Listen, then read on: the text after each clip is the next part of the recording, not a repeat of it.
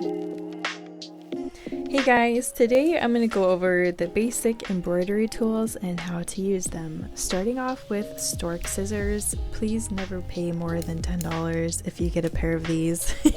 They're not absolutely necessary, but they are really cute, fun accessories. This is the pack of size 5 through 10 DMC embroidery. I like to use this pack with anything using 3 strands or less. Next is my most favorite needles to use, DMC chenille. I only had a pack of 18, but I suggest grabbing a pack of size 18 to 22 so you can play around with them. I like to use these needles for anything using 6 or more strands of thread. There's a lot of different fibers you can use with embroidery, but if you're just getting started, we'll just go over the basics. So DMC 6-stranded cotton embroidery thread. It looks like this. It comes on this little skein with 2 plastic labels, and it has 6 strands of thread.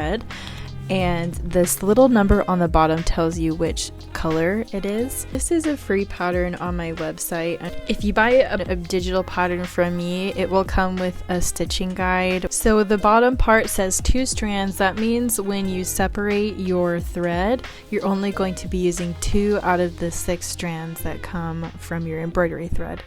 The next line is the stitching method I suggest using. I don't have it on this pattern, but usually there'll be a number on the top in red, and that will indicate which color to use.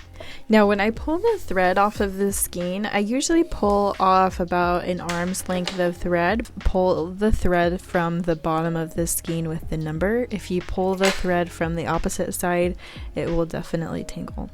And after I trim it off, I'm going to separate 2 strands from the 6 strands here, and that's because I only want to use 2 strands when I'm stitching. So it works best if you hold the top and just pull 1 strand out, and it won't tangle on you. Also, this might be gross, but I don't like using needle threaders. They're annoying. I just lick the ends of my thread. There's no way around it. Just do it. It's fine.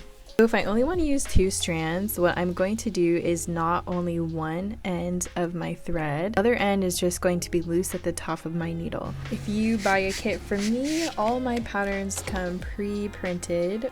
I'll post another video tutorial later with different pattern transfer methods to use, but my favorite is printing on fabric because it's just so easy.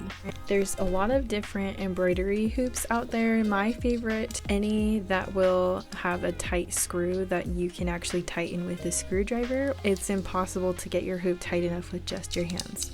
This particular hoop is a Nerds number 3. I also have similar type hoops in my shop. What I'm going to do is start with the outer hoop. I'm going to put that on the top of my fabric.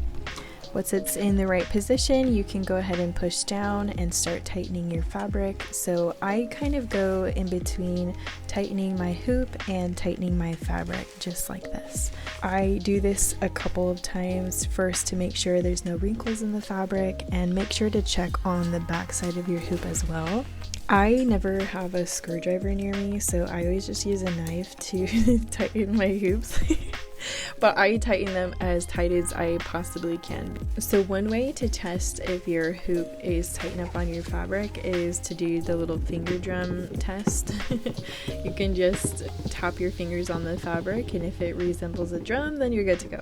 What I like to do if I'm trying to find my needle on the opposite side of my embroidery hoop and I can't see where it's at, what I like to do is just drag the tip of the needle at an angle across the back of the fabric, and you'll see a small little point where it's about to come through, and that way you can kind of test where your needle is about to come through the fabric without having to flip over your embroidery hoop every single time you bring it back through the fabric.